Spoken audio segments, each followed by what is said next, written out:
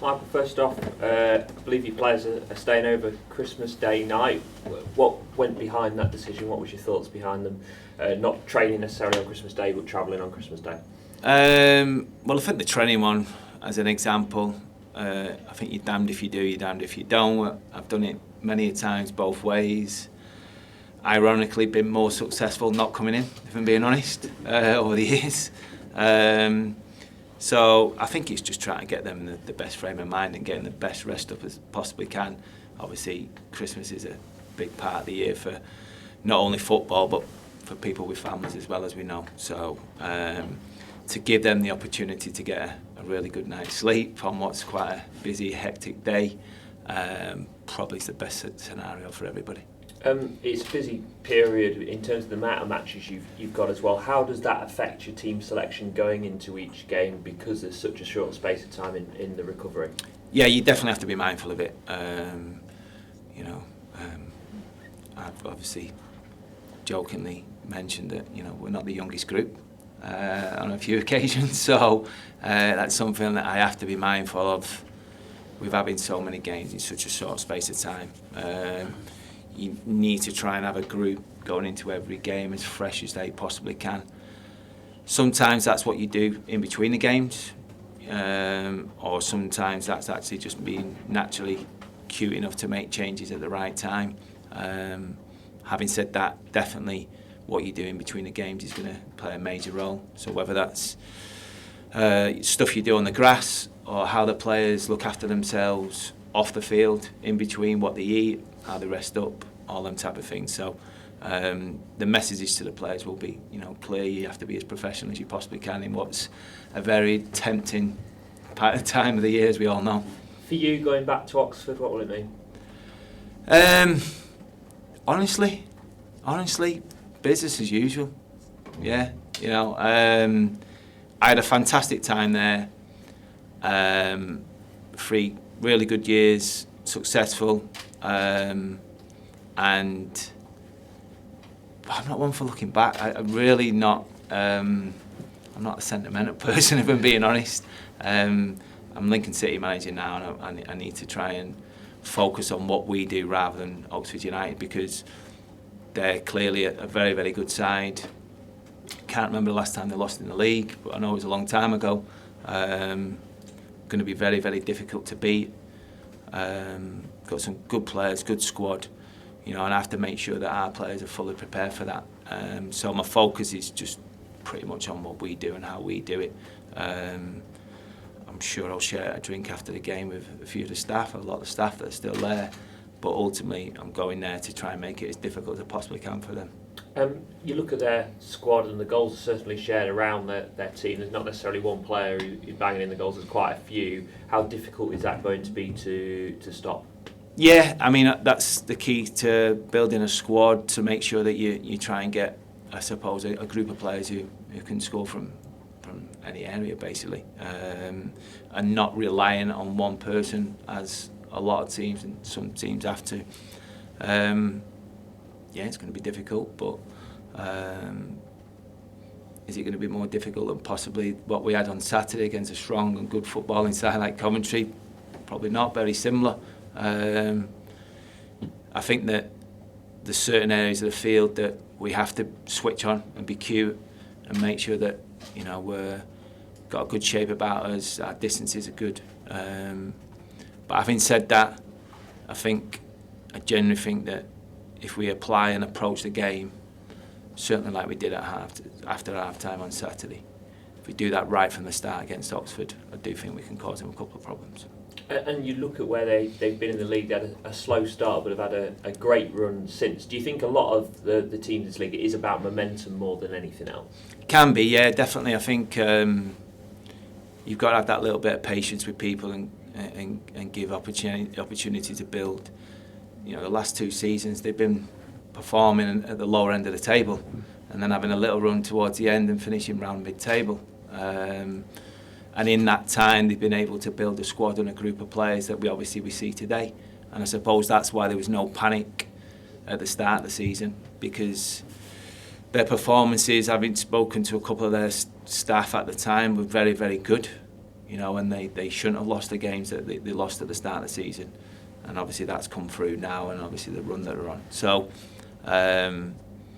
they'll be mindful of that. You know, I'm mindful of that as a manager coming into a club a few months ago, looking to build, looking to take the club forward, looking to improve all the time, whether that's the squad, facilities, everything.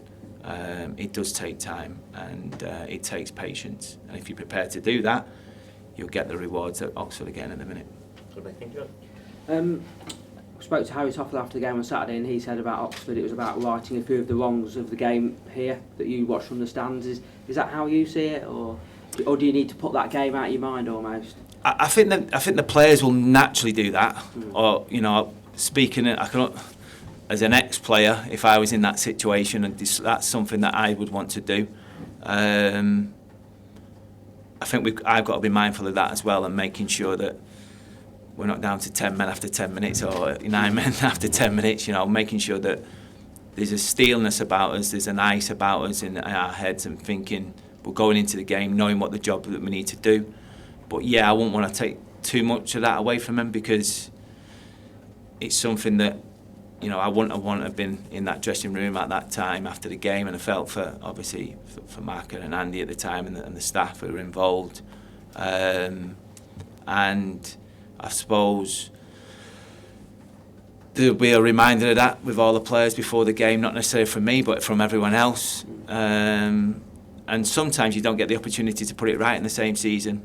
So they've certainly got that on Boxing Day, and hopefully we'll be much difficult as an opponent as we were obviously back in October. You went to watch Oxford against Man City last week. Were you able to glean much from that? Obviously it'll be very different. No, there was little bits, yeah. I'd seen them a couple of times anyway.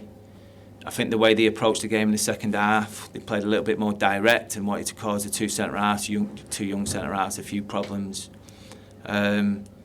So I was mindful of that, but there was a couple of things out of possession that, okay, yeah, if we get a foothold in the game and approach the game the right way, and can stamp our authority on the game a little bit in periods, then yeah, I think it was definitely worth going. Could it be a similar game to Saturday in that they might have more of the ball and you might have to cope without it? Yeah, I think that will happen, you know, until we get possibly even into next season, or certainly the latter end of the season. You know, I know I'm not daft, that I recognise where we are as a group.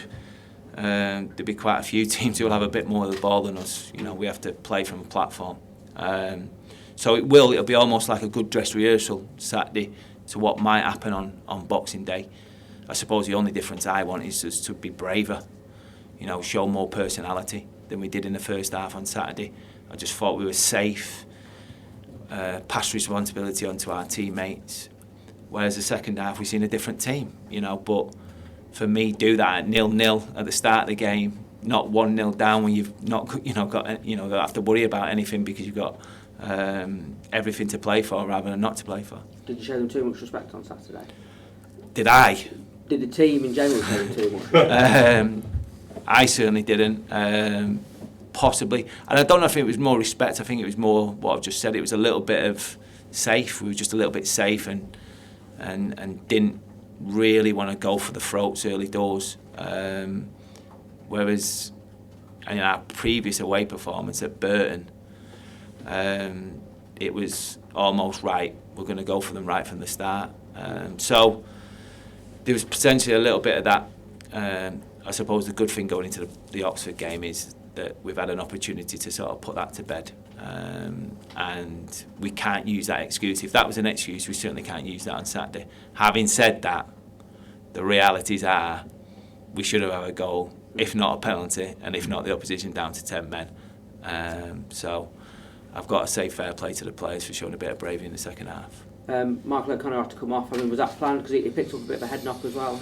It was a bit of both. Yeah. We knew we were probably only going to get about an hour out of him, just obviously with the amount of time that he's missed. But his presence in there is always good for us. And then obviously with him getting a knock, as he did, it was almost a little bit of a double whammy, and I'm like, it was right, okay, it's the right time to get him out of there. In terms of recruitment ahead of January, does that have to be parked a little bit during the Christmas period, or has all the groundwork been done and you're just waiting for the window to open now? No, I wouldn't say parked. I've still got some important meetings over the next 2 days, some very important ones. So, it's just business as usual, really. Sounds terrible, and I sound a little bit like Scrooge, but Christmas is just another day, if I'm being honest. And I mean that with the greatest respect. At the end of the day, I've been involved in football since I was full-time. I was 15, 16.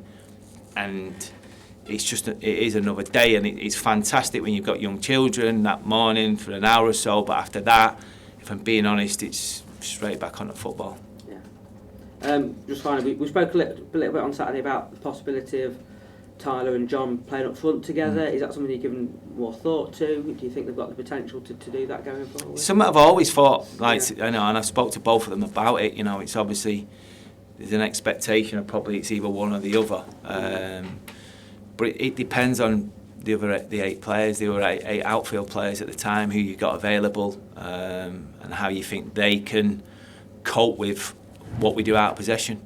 Because that's the same with any team. If you're going to play 4-4-2, you need certain personnel out of possession to help the team when you lose possession of the ball. And that's why you see a lot of teams these days, either if they go with 2 up top, they always go with 3 defenders, 3-5-2. Or a lot of teams, when they play 4-3-3, the reason they do it is because obviously they've got personnel who can deal with that. Yeah, thanks, Michael. Michael, did you think Saturday, particularly first half, crystallised in your mind, or you were already there, what needs addressing in the forthcoming transfer window and in the summer transfer, and the work you need doing in the pattern play on the training field? Certainly not pattern play stuff. It's for me, they just had a bigger effect on us than we had on them. The most simple way of dealing with the pressure that we got on us on Saturday would be to kick it up the field and smash it up the field and play percentage football. But there's just no sustainability playing that way if you want to move forward. There isn't. I think in terms of going forward, January and beyond, if I'm being honest, Chris, I already had an idea, what was needed to be done and how it was needed to be done. I think that the reality is that there's been a couple of times now, first half on Saturday and the game at Gillingham, where the opposition put us to the sword out of possession. Them out of possession and us in possession. And if it's finding another way out of it in terms of how we approach it, fine. But the reality is, I think from a personnel point of view, they have to be braver. And if they're braver and still not good enough, then obviously it'll be someone else's turn to come and do the job. Just to revisit Oxton, obviously you sat up there on that debacle that afternoon. What's pleased you most in the short 3 months or so since you took the hot seat, and what do you see your biggest task is still to do?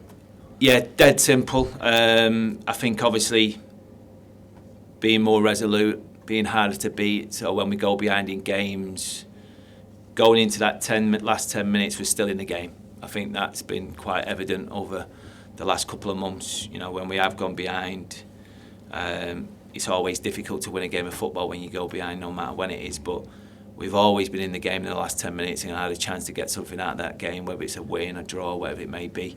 So that's been pleasing. And then the obvious one is obviously making sure that, one, we continue to create chances, but ultimately we need to take them. And we have to be more effective in the final third. We get into some fantastic positions that, for me, the outcome should be tapping. Should be a chance, in the 6-yard box or 8 yards out from goal. And there's been too many occasions where we've hit the first man up, hit the wrong option. So that'd be definitely the thing that going forward that we will address. And that's whether that's with the players that are in the building or not, or players that will come into the building. Yeah.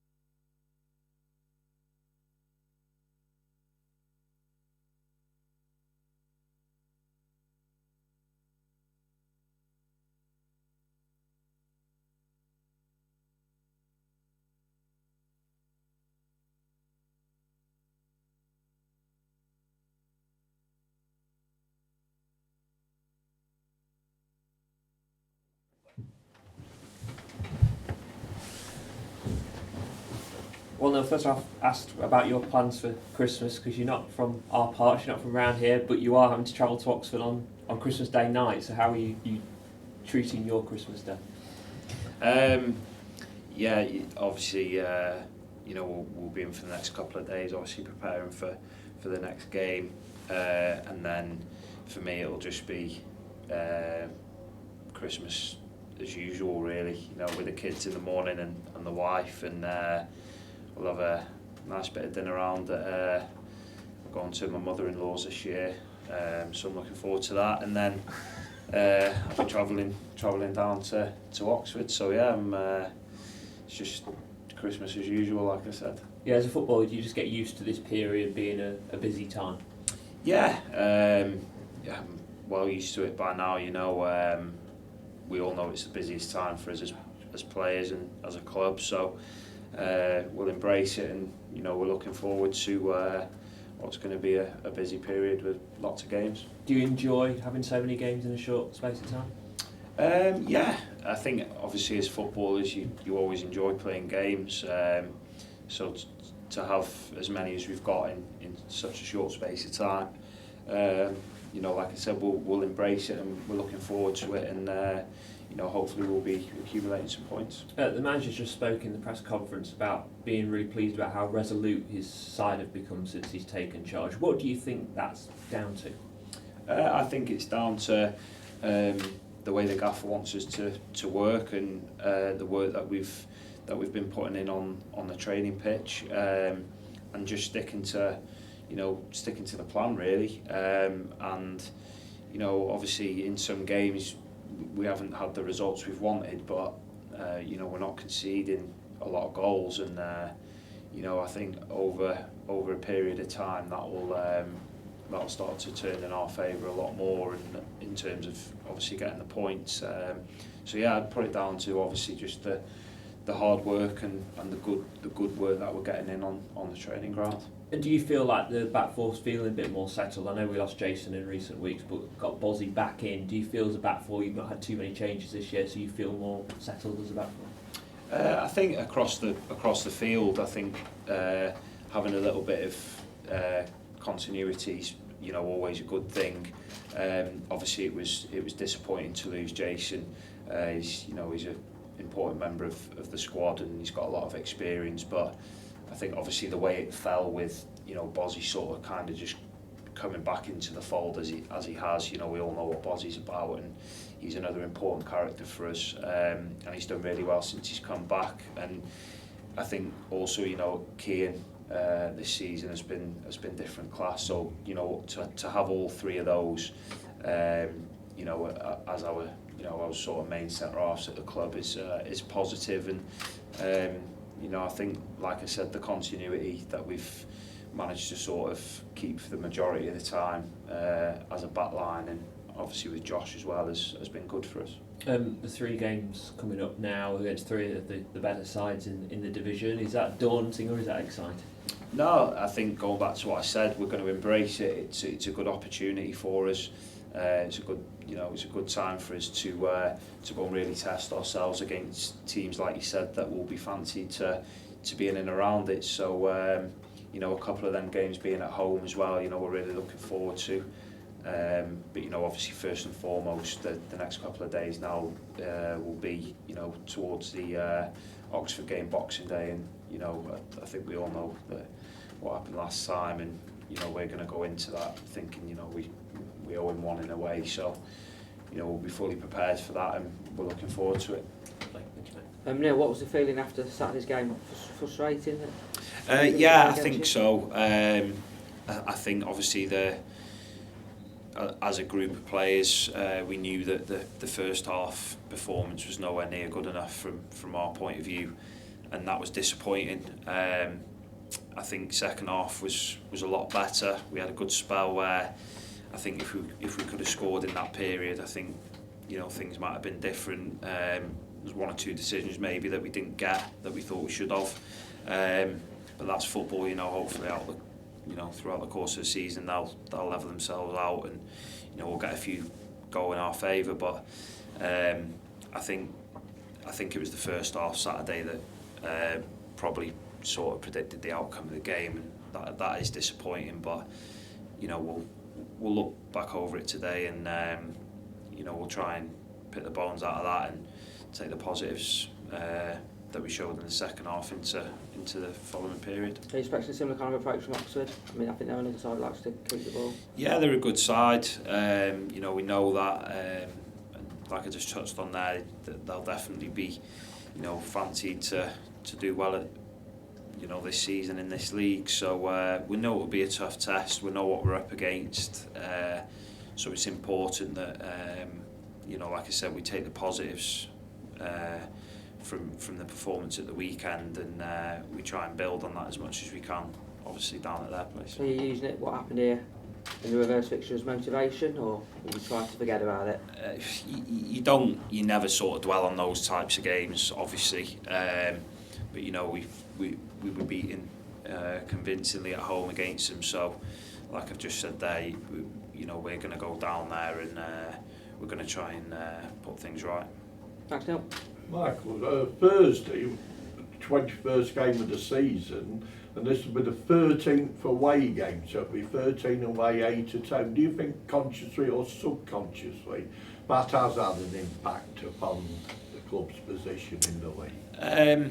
I think obviously this season's been a bit unique in terms of the way fixtures have been, and you know, we had that period where we didn't have a home game for so long, and having games called off due to obviously losing Bury and things like that. So it's been a bit unique in terms of all that. I think that's probably had a bearing on the fact that we've played less games at home than we have away. But I think as players, you just look forward to playing games, whether it's at home or away anyway. And you know, it is what it is. So you know, we know we've got the second half of the season now where we're going to have a spell of having more home games. So we're looking forward to that. And yeah, you know, hopefully we'll accumulate some points over the Christmas period, and that'll be positive, obviously, going into the new year. And as a vastly experienced pro, what's your favourite Christmas memory? I think probably when I was a young lad, just starting out really at Oldham.